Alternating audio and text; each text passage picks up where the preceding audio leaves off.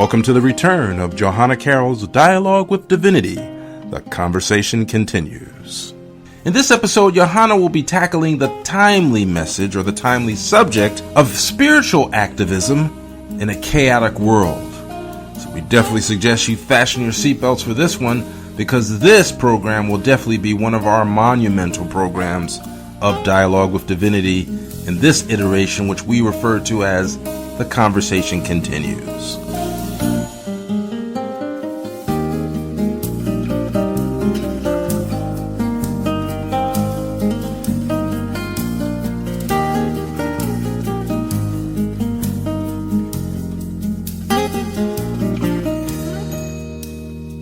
And now we bring you our host, international intuitive, author, and spiritual teacher, Johanna Carroll. Hi, everybody. This is Johanna Carroll. You are listening to Dialogue with Divinity. The conversation continues. Today's going to be a pretty heavy-duty show, but it's really one that's intended always to lift you up. Putting our spiritual glasses on, looking at life from another point of view. We had a big discussion on what are we going to name the show today? And it was quite a dialogue, so we figured we better start the show, right, Gary? Yeah. So we really are going to say, why are we here? It's got so many different connotations. Mm-hmm. So I'm going to start from the spiritual perspective first, and then why are we here in humanity, and why is the United States here? We don't want to get overly political, but we're not going to avoid it. We're not going to avoid the conversation. And also, I need you to know, and this is not about, race or anything like this, but I am a, white woman, an older white woman. Gary is a man of color. We actually think the same on a lot of things. However, we obviously maybe have different perspectives on our own experiences. So please stay with us, because we really, really want to lift you up today, not drag you down. Let's all put our spiritual glasses on. Let's take a moment and breathe and really get wonderful awareness about what the universe is walking us through and why we are here at this time. So first of all, from a spiritual point of view, why do we even choose life to begin with? We choose it for experience. We choose it for experience. To do what? To grow as a person, evolve as a soul. And I'm sure many of you right now are saying, why would I come back to this? So the reality is that, first of all, God created the earth as a classroom, as a schoolroom, and an opportunity for us to get closer to the heavenly realms through this experience, to grow as a person and evolve as a soul.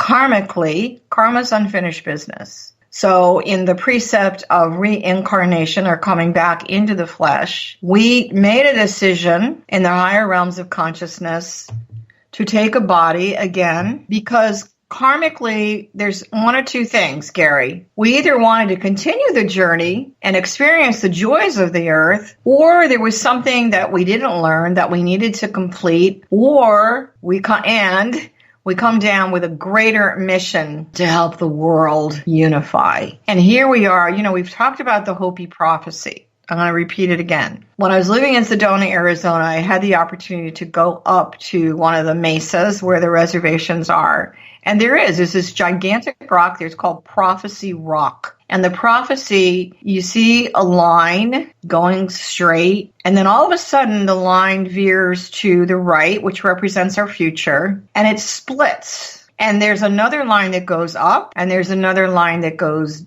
kind of wobbly down. And so it really is the whole spiritual teaching around it from the Native American tradition is that all of life is a vision quest. We're on a vision quest. So the vision is to see our life in a greater context with a great creator. We are through that choice of that line going straight. We're in it. We're on it. And this is the division that we're seeing in our country right now. We've chosen the higher road. We've chosen the lower road. So we could say we've chosen good. We've chosen evil. Well, here's the thing to remember. Lots of people have to realize that everything in the unified field of oneness that we live in, that high road and that low road, this is going to sound really strange, Gary. They both have value on some level. What doesn't have value is on the lower road, the stuff that's dragging us down, pulling us down. We could say it's evil. We could say it's devil. We could say it's the Satan. We could say it's killing people. And that is true. It's a very low vibrational frequency. And this is the age of ascension. This is the age of resurrection, which is rising above all of that Mayan drama karma that pulls us down. However, now what are we seeing? We're seeing that where we are today, where we are right here, right now, is we're seeing polarity at the extreme. Now, we also know we do have a mind, we do have free will, we do have consciousness. The main thing, all of you that are listening to this right now, you've really got to ask yourself this question. What's pushing you? What's influencing you? If you really have a belief in the higher self, it's not about your religion. It's about your spiritual connection to the divine. It's the dialogue with divinity. What's your conversation? Your conversation is every thought, every word, every deed, everything that you're feeling. You know, we really are like a radio tower of consciousness. We're constantly sending signals out there. What's the signal that you're sending out there as an individual people? What's your contribution to growing as a person, evolving as a soul? Because it is affecting a larger group of consciousness, which belongs to individual people. So I have to tell you, just to report, from my point of view, I have tremendous sadness over where we are in observation, because as a woman that went through the 60s and the Vietnam War and, you know, all the things that I saw with the Ku Klux Klan and the women's, you know, the women's movement, all of that, you know, there's a part of us, and I don't think it's just white women. We're exhausted from this. It's like, you know, I said to my husband, you know, I'm in my 70s. My husband is in his 80s. And by the way, my husband is a retired police officer. So we'll talk about that in a second. Okay, good. And so, sometimes our point of views don't agree. We really don't agree, but we agree to at least be kind about it. So, you know, it's like when I've dedicated my life for almost 40 years to really help. I walked away from corporate America, and I intentionally did that so that I could go as a person, evolve as a soul, and be a helper and a healer. And I really dedicated my life to helping a lot of people. And obviously, I, like a lot of other people, in order to really do my mission, there was some sacrifice that came along with that. However, I also feel that when you are in alignment with the divine, you do get beneficent blessings. So here we are having this conversation, and someone said something to me yesterday, Gary, that I thought was really interesting. She lived right in the town where George Floyd was killed. And she's white, and she's in her 40s. She's definitely an activist. She's definitely on a spiritual path. Right. She's an organizer, et cetera, et cetera, et cetera. And she said to me, wouldn't it be interesting if George Floyd actually chose to be here at this time and have this occur? And wouldn't it be interesting, without judgment, if these police officers, this was part of their assignment? So we got high road, low road.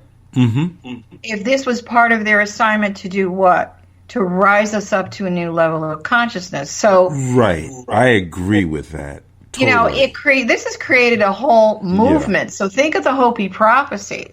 Right. Is it creating more separation or is it creating more unification? It's unifying Gary, people. Yes, you're an African American man. I mean, not American. you and I've never been at odds on anything. This is not about race. This is not about black, white. This is always about doing the right thing. So I, there are times, quite frankly, I just don't know what to say, and that's, here I am, a mouthpiece for the divine. But you hit on it, Johanna. You did.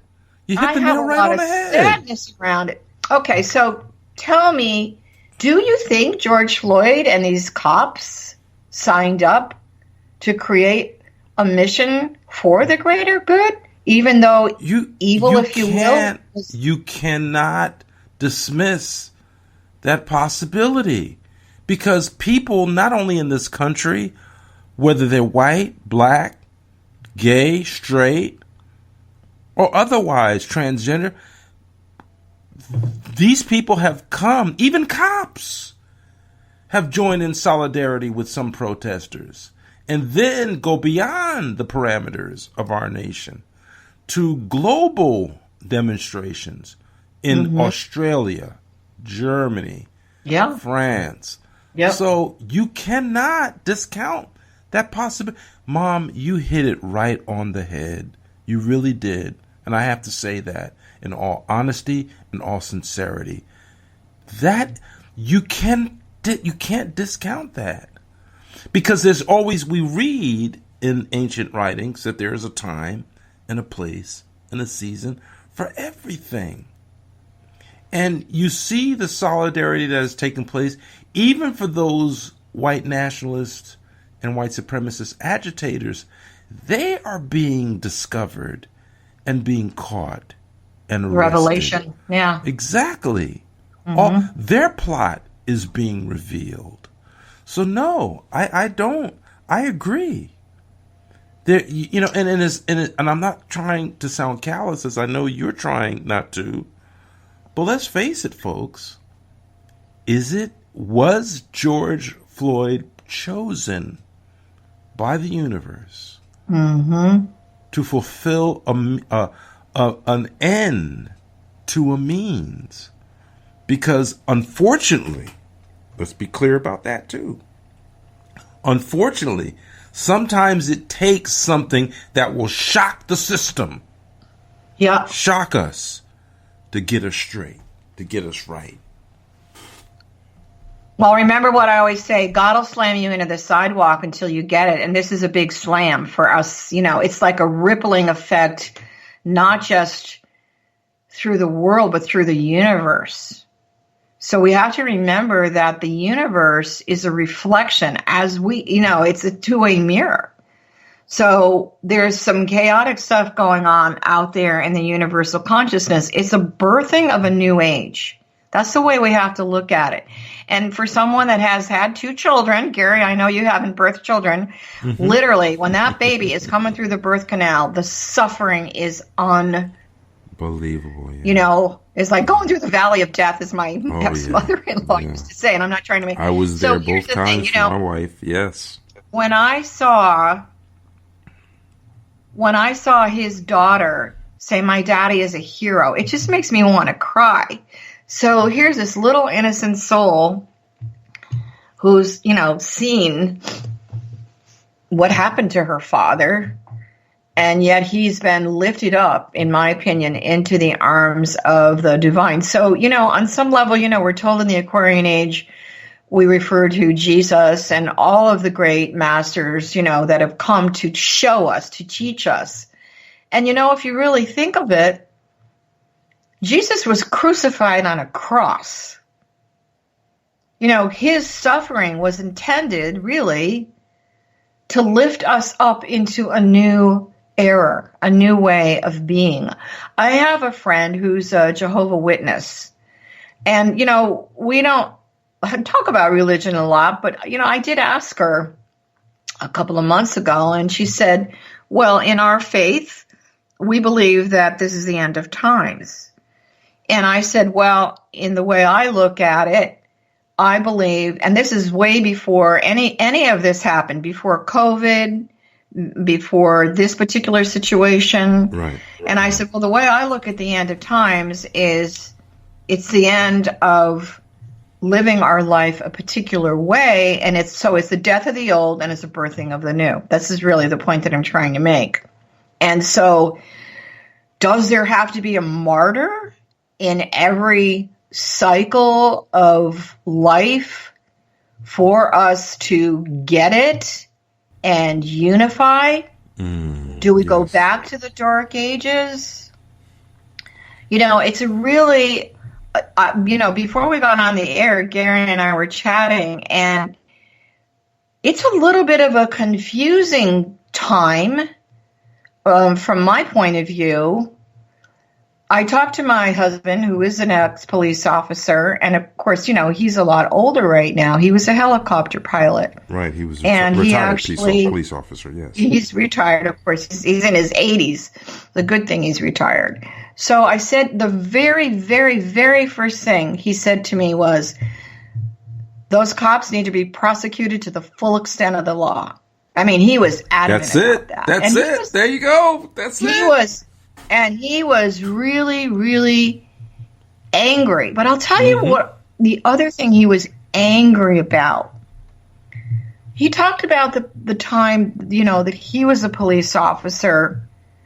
And I said to him, why did you become a police officer? Was it because you wanted to feel like a macho guy and powerful? And he said, no, I became a police officer because I really wanted to help. So on some level, at the time he became, I'm just telling his story. At the time he became a police officer, it was to protect and serve. And so let's look at it from a spiritual point of view. He was doing his mission, right? Now, here's the odd thing. My husband was a full-blown vegetarian. He never ate meat. He has never had a drop of coffee in his life, and he certainly doesn't eat donuts. So, let's just bring some levity to the stereotypical cop, right? And he did tell me at the time, though, that there was, and I thought this was interesting, 2 stories I'm going to tell you. There was, he was a police officer in a coastal city in California, Huntington Beach. And it was the summertime, and at that time he was on the ground, known as a beat cop. And there was a real chaotic event going on the beach. It was summer, it was hot. Teenagers, they were drunk, they were doing drugs, they were totally out of control. The worst kind. So there's 3 of them, 3 police officers that are called to this. Yeah. And he said, I'm talking hundreds, like 200 kids are raging towards us. And I said, so how do you control a crowd like that? He said, you don't. You can't. You can't. That's right. And so I said, so what did you guys do? He said, to be honest with you, the 3 of us just sort of did our own little mini circle on the beach, back to back, no weapons drawn, nothing. And we just stood there. And he said, and from my point of view, I just prayed for help. And he said, he said it was a riot waiting to go to the next level, and we were not going to light a match to instigate it. And all right, beautiful. They were able to get out of there. So there's that. So we have to understand. Now, this is a long time ago. So the consciousness in that environment was different then. So we do have to honor that. The other thing that he told me was there was a cop that came from Chicago who moved to California to join the police department. And after a couple of weeks, he came to my husband and he said, so where do we get our extra money from? And my husband really isn't innocent on some level. And he said, what extra money? You mean like doing overtime? He said, no. You know what I mean, dude. You know what I mean. And he said, he really did it. So, obviously the short part of the story is he wanted to know where the bribes were coming from, the payoffs, and he said, you are in the wrong place. This is not what this department represents on any level. We're a brotherhood here. Right. We do our work. We do the best we can. We're trying to help protect and serve. So eventually the guy left. So, it's an interesting thing. There's always negative and positive in every situation. There really is. I don't care what career it is. I mean, I worked in the healthcare industry in a large hospital system of 6 hospitals, and I managed a department that handled a lot of legal cases. Mm-hmm. Some of them were workers' comp, but, and some of them were actually lawsuits against the hospital and a particular physician. So, that actually would escalate to another department that was beyond my control. But here's the point, and I'm not saying what's going on right now is good. I'm not. In every segment of society, there's bad healers, there's bad therapists, there's bad doctors, there's bad, the polarity exists. However, when it is at an extreme and the consciousness of that body of intelligence, so let's just say a particular police force has this consciousness behind it, and fear is pushing everyone, and I don't care if you're black, white, purple, pink, or whatever, it's gonna affect you on some level. Yeah. So my point is this. So I said to him, would you want to be a police officer now? And he said, not in a million years. He said, it's not how I was trained. Yeah. So I don't know. Again, I am not blasting the police force at all. I'm really not. However, it goes back to the question, why are we here? Did George Floyd and did these cops sign up? And then, of course, I'm watching the news yesterday, and we have these cops in Buffalo, New York, that's pushed down a 75-year-old man who cracked it. I mean, so it's like, okay, how many times do we have to see violence before we understand it is not how we unify ourselves and our souls? So for those of you that are listening today in the United States and globally, we have huge marches of unification coming together. And in the United States, we don't want to get overly political, but we sort of have to today. In the United States, we've got this huge march. A friend of mine lives on Capitol Hill in D.C., and she just sent me a picture of all her neighbors and their children and grandparents all getting ready to march. And so it's a new wave of consciousness. So when we have some religions or a faction of society saying this is the end of times, it needs to be the end of this time. And so a moment in time is sort of what Proust talked about. A moment in time is an opportunity of consciousness to elevate humanity into the arms of the divine. And I'm not talking about from a religious point of view. I'm talking about from a spiritual point of view. So for those of you that are listening, what are your thoughts? What are your feelings? And a lot of us, including you, I guess, Gary, I can't speak for you. Some of the, it's a roller coaster ride. It really is. It is. So we're all being attacked on some level, and yet I'm not saying you turn your back and let the arrows hit you. I'm not saying let the words hurt you. How do we take that energy? This is way beyond change. Yeah.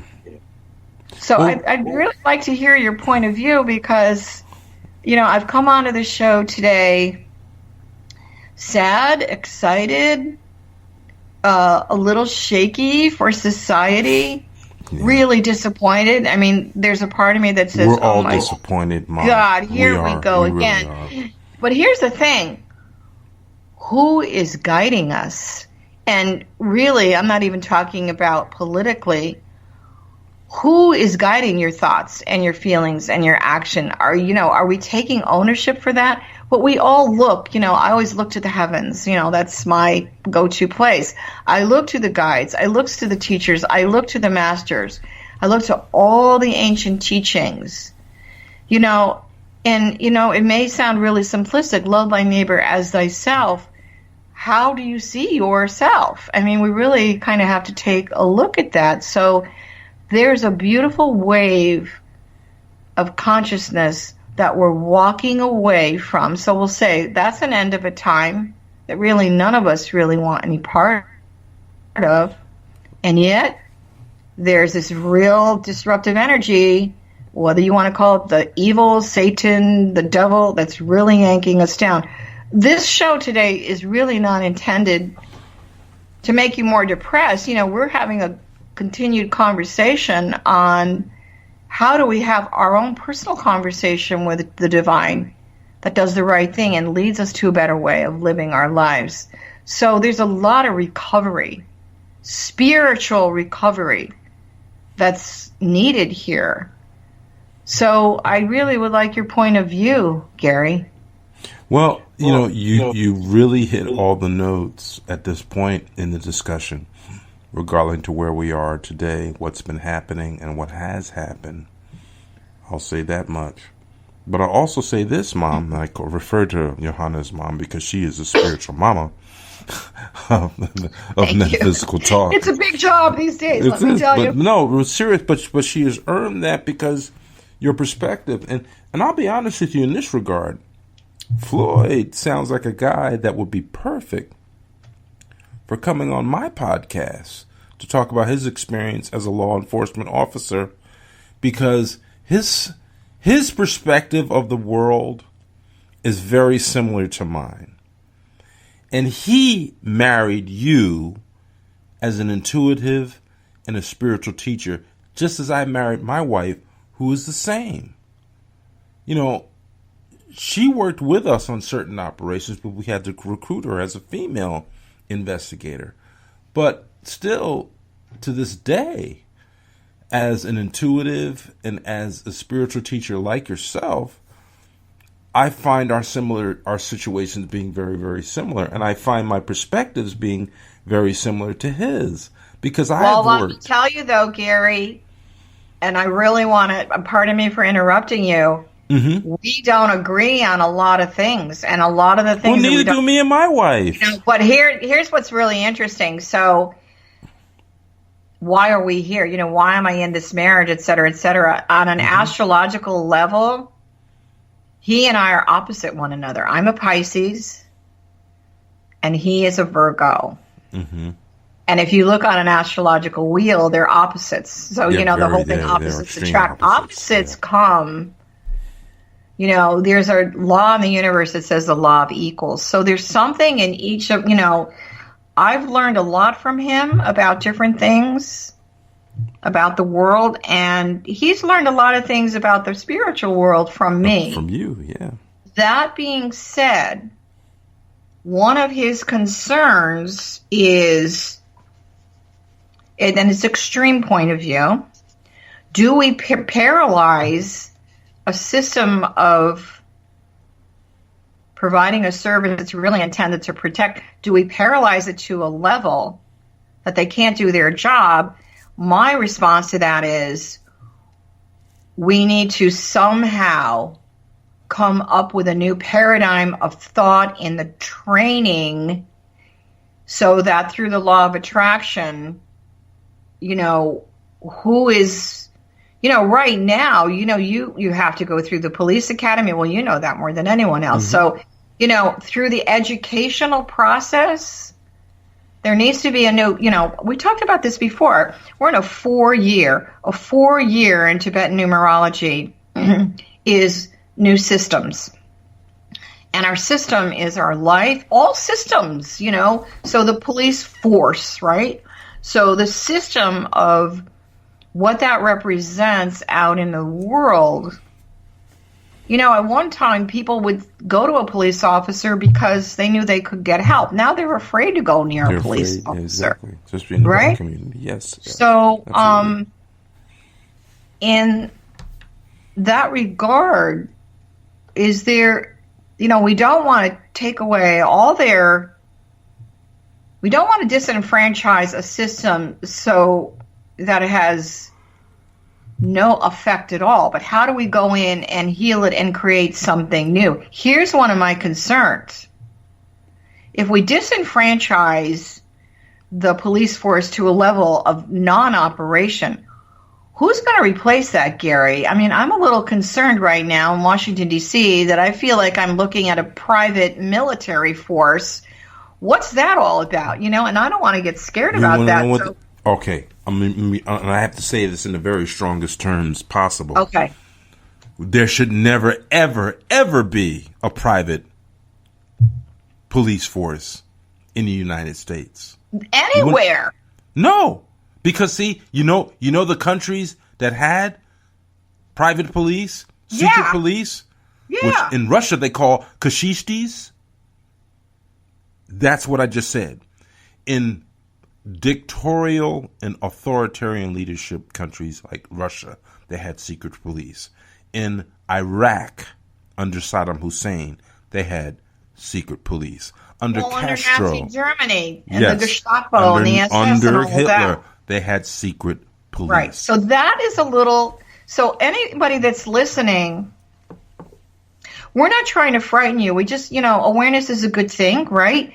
Keep your eyes open. So, how can you as an individual person, what can you contribute to your local sheriff, police department, as far as positive, working together? And I have to tell you that in Minneapolis right now, the same client yesterday that said to me, is it possible that George Floyd and these two officers, that this was a spiritual mission? They have created, this is very positive. The community has created, along with the police department, it's not like a task force because that sounds so military-ish, but a cooperative effort, a joint commission to come together to see how they can heal and repair this for the community. That is what we need. We don't need to eradicate the police and replace them, because what are we going to replace them with? Let's replace them with a new consciousness and maybe a new way of training. And, we're not asking them to be weak, to be strong in this new age that we're living in, the Hopi prophecy, rising up. So everything, is it the end of times? It needs to be the end of times. And so why did you, those of you that are listening, why did you choose to be born in this time? That's a heavy-duty question. So we're going to take a quick break, and we'll be right back. Please stay with us. Hold that thought. We'll see you in a minute.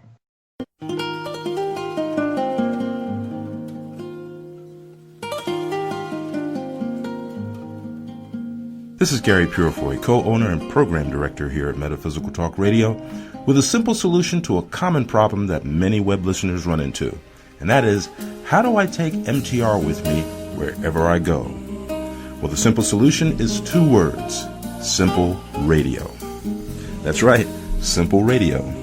Go to your web store and find the Simple Radio free app by streamit.com and download it, then find our listing in the directory. You can enjoy MTR wherever you go, in your car or anywhere, in beautiful, crisp, clear 192 kilobit sound. So once again, the simple solution to your traveling listening issues is the Simple Radio app in the app stores. It's totally free, so download it onto your phone and enjoy the listening experience for miles and miles. And as always, we thank you for listening to MTR, Metaphysical Talk Radio, at metaphysicaltalkradio.com.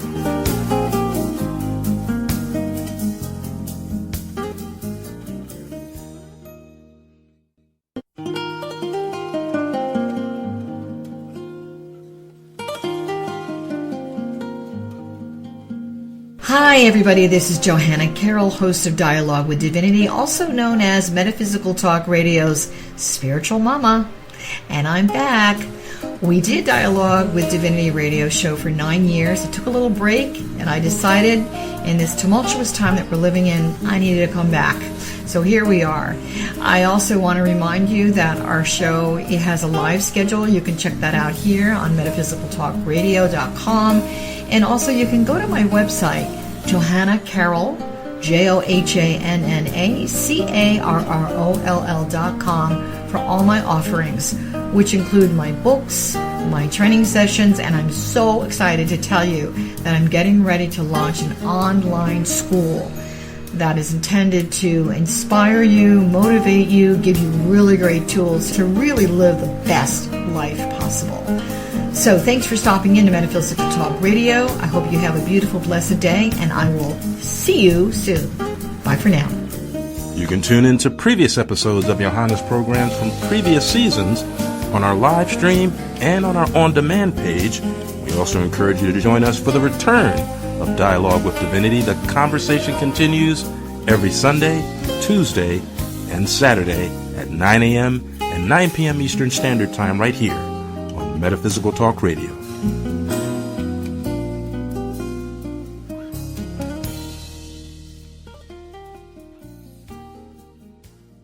And Johanna continues to keep herself busy with her online global prayer and meditation group, which has been going now. What is it? It's been out 2 months now, Mom? When COVID first started and we were all sequestered on some level, protected, I guess is another way of saying it. I don't know what words to use today. Yeah. Allison, my spiritual daughter, who who used to be one of the, co-hosts of our show, she had called and said, I think we need to do something. Would you be open to doing something? I'm like, well, what do you want to do? And of course, she's very much into the world of technology. And she said, well, let's do something online. And I said, well, people can't go to church anymore. And it's not religious necessarily. And I don't want to do like church, but why don't we create an environment where we can pray and meditate and find some peace together? So basically what we did was we said, okay. So we started with a spiritual teaching. And last week, actually, we did a whole numerology, Tibetan numerology on what the year represents. Then we went into prayer. Then we meditate. And then we have an open discussion. So there's 4 parts. It's an hour long. It is global. We have a beautiful, lovely group. If those of you are interested in doing it, please go to my website, JohannaCarroll.com. You'll see a link. You will have to sign in because we've embraced the concept that we are a force to be reckoned with. And I'll tell you one thing we started to do, and maybe all of you can envision this. As we're coming out of our meditation, we envision that we are all standing around the world, and we're using the world as a prayer wheel.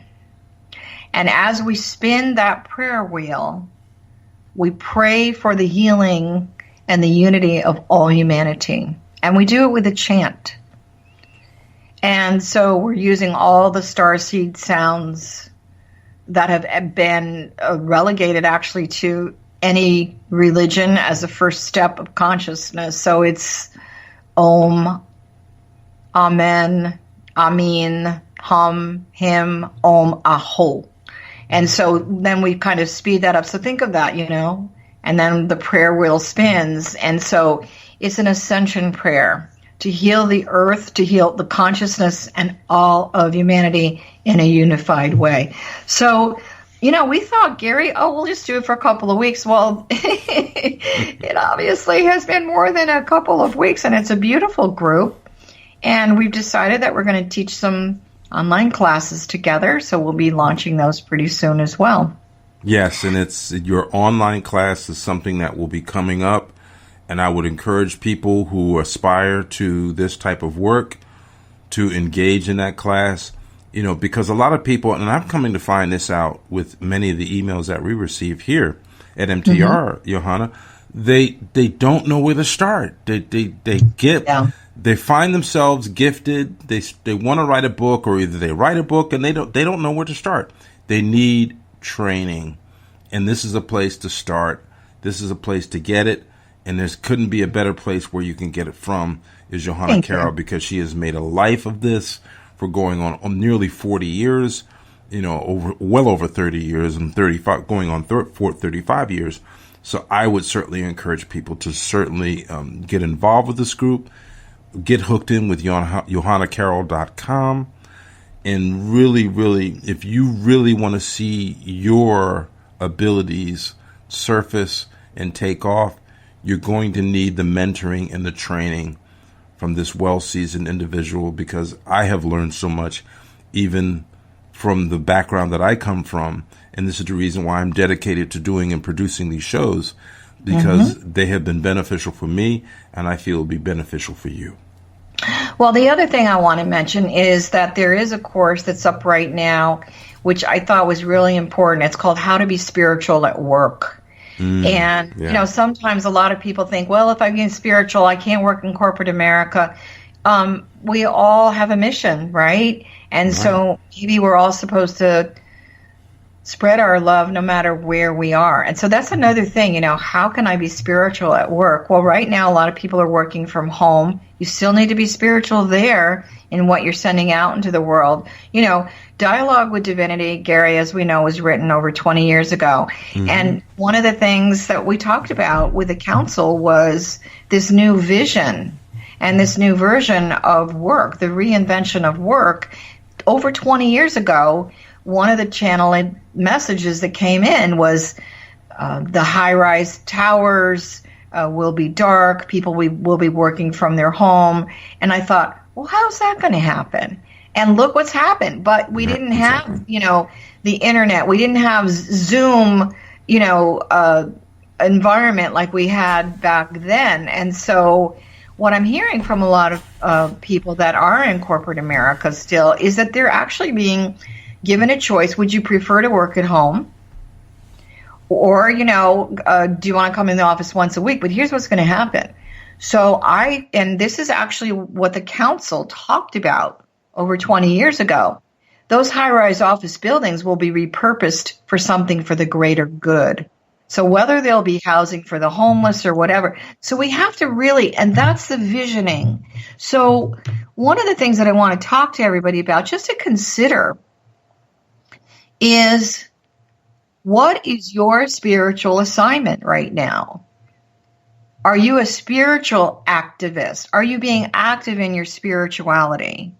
And so that has to do with your own relationship with the divine, your relationship with your loved ones, your neighbors, the people you work with, and your community. So we have to remember that each town, each city, each state, each country, each continent has a particular consciousness where we have an opportunity to raise that consciousness to fulfill the Hopi prophecy, which says 1,000 years of peace.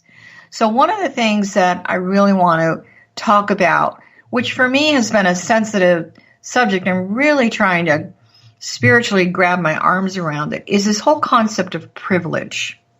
And so I understand that from my point of view, and putting my spiritual glasses on, privilege does not mean that you're better than anyone else. So if we take a look at why we are here to experience life, privilege in this particular context says, I haven't had the experience that some other people and another segment of society does experience. And so I am talking about the bigotry and the hatred and the separation. I'm going to tell you, as a woman, I have definitely felt that. Absolutely, because of my, sexual orientation, that I'm a heterosexual female. And there was a time in history that the experiences of the suffragettes and women, it was bad.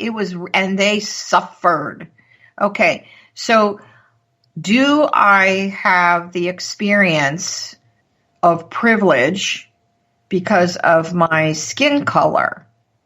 Where I live in the United States, I guess I could say that I do.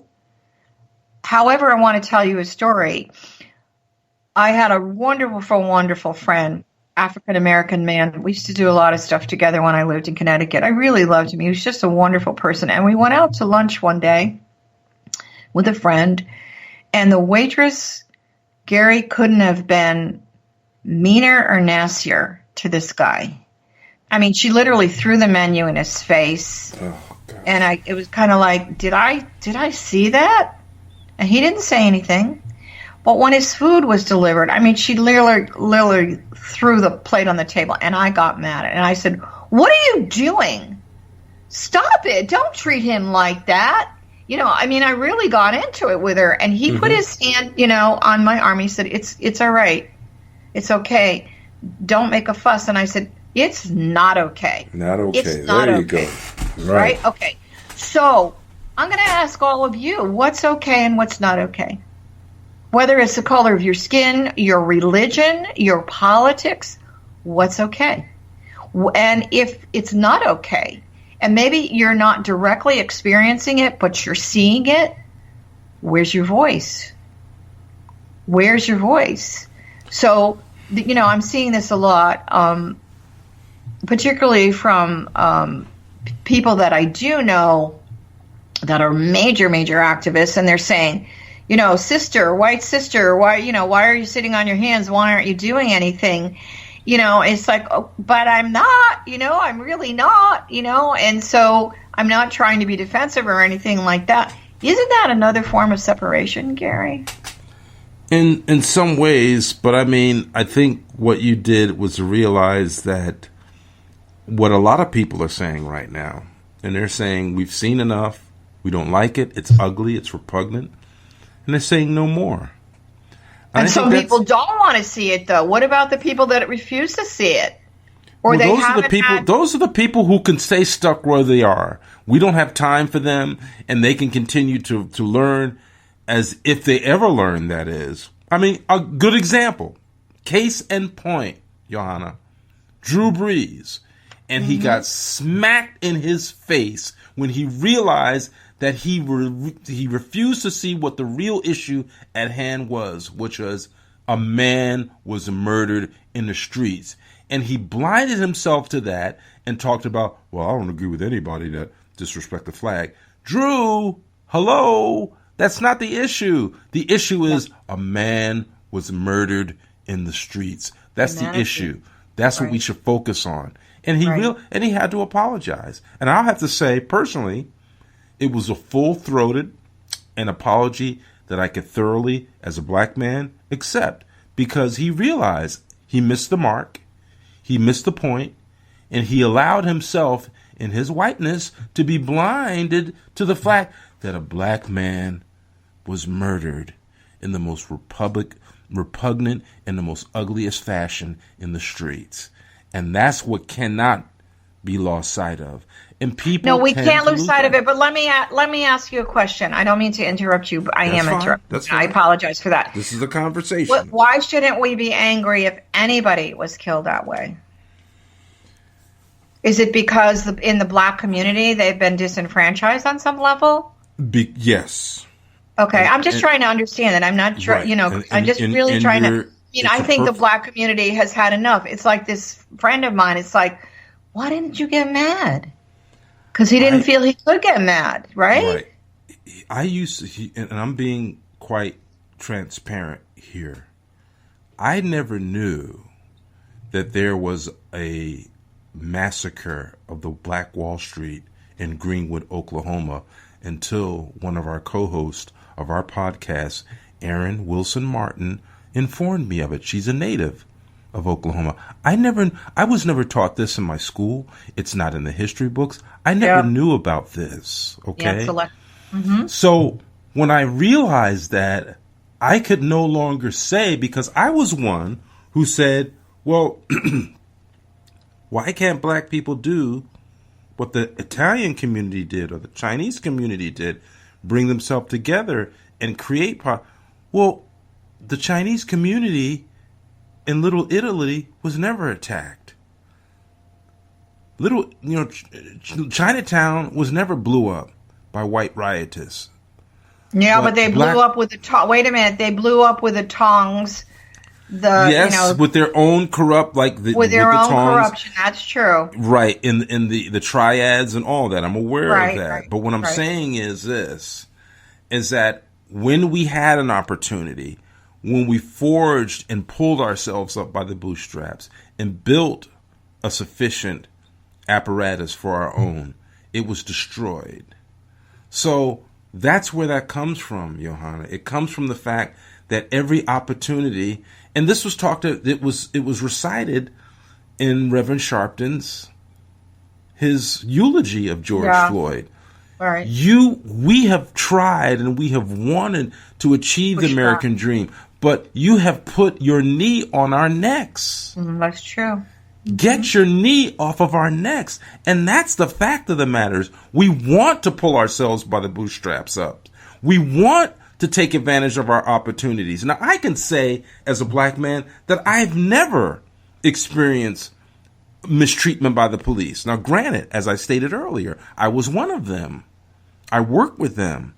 Right. But even before that time, I never ran into that situation. My son was pulled over for doing 84 miles in a 65 mile an hour zone by the police, but he complied. He was respectful. No problem. But the big picture, this is what gets missed. The big picture is that blacks as a whole has been put in a situation where we're going to put you in your place. And that is the reality. Is that an inherited level of consciousness that comes through from reincarnation from all the years of slavery? Because here's the thing. I get that. I totally understand that. I mean, I saw what my friend went through, and it shocked me. You know, his big dream was always to go to baseball camp. Yeah. And I said, wow, you're really passionate about this. And he said, well, I couldn't play baseball when I was a kid. And I'm like, why? And he said, because he wasn't allowed. They only allowed one black kid, right. You know, and I'm not talking about 100 years ago, by the way, you know, because they only allowed one black kid to be on the team to meet the quota. And I said, are you serious? See, Gary, I never knew that. So am I privileged because I was ignorant? I didn't know that. So again, experience. But here's the thing. Here's the crux of the whole thing. How do we move beyond separation and really unify not just our consciousness, our spiritual paths, and our raison d'etre, our reason to be, why we are here? You know, I mean, man's eternal question is always, who am I? So, and we've been selfish, and it's all about me on this self-entitled level. So how do we understand the anger, but isn't it still a form of separation? How do we unify that energy? I guess to keep doing what you're doing. You, Johanna, you're asking the right questions. You want to know. You want to be enlightened. You want to be informed. You want to understand. That's all we ask. We ask for white people, if you don't know, try to know. Try. And that's what you have done throughout your career. This is what you do in your prayer group globally. These are the reasons why you open it up to everybody around the globe. Because you want people to be a part, regardless to where they come from.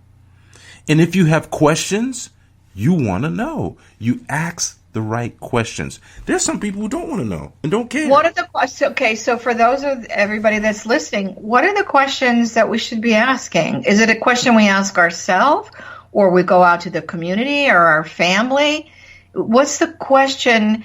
Because right now it's such a sensitive energy that I'm not saying people are afraid to talk, but they don't know. You know, we're talking about dialogue with divinity. The conversation continues. How do they continue the conversation in a respectful, honorable way of understanding? Without this white privilege, black, without that whole that label?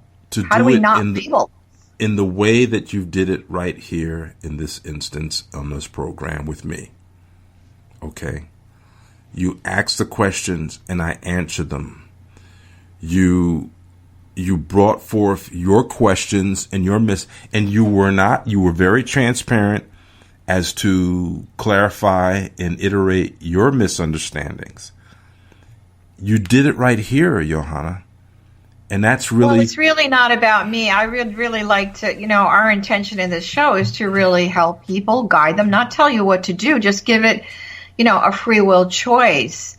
And, this is such, we don't want to repeat. So here's the thing, everyone that's listening. In the age that we're in right now, particularly this year, which is really interesting from a metaphysical point of view, we're in a pattern right now. We're in a Pluto pattern, which started in April. It doesn't end until October. And so it's about your future, and it is about power and sex and money and passion. So really what I want to end with this is I'm really asking everyone that's listening from your heart and your soul, what's the vision you want to take forward that doesn't make you greater than, better than, separate than, unified? Imagine yourself standing outside of the earth, holding hands around that prayer wheel. And if you can do nothing else in your consciousness once a day, imagine that you are spinning that prayer wheel for healing, unification, and oneness. This has been an interesting show. It's been rather dynamic. It's really a reflection of what's going on out there in the world today. So, we ask you to share the show. You can find it on all kinds of platforms. It's an important conversation. And it's not just a conversation for you to listen to with Gary and I. It's a conversation for you to have with your family, with your friends. And it may get heated. But, sometimes we have to turn up the heat before we can feel that we need to burn off something, which means change. So for all of you that are listening, go to that prayer wheel. Really and truly, whether you get down on your knees or pray or you're walking out in nature, be okay with extending your hand to a neighbor that you've never spoken to before. It's time for us to raise our heads, literally, off the ground and change our focus and our point of view. We are here to experience life, to experience the joy of heaven on earth. And we have the opportunity by loving ourselves and our neighbor in an equal framework. We are not greater than, better than, we are all equal. And it's really time historically for us to be part of that consciousness. So I don't want to sound like your mama that's lecturing all of you. I want to send you love and healing and clarity. Awareness is clarity.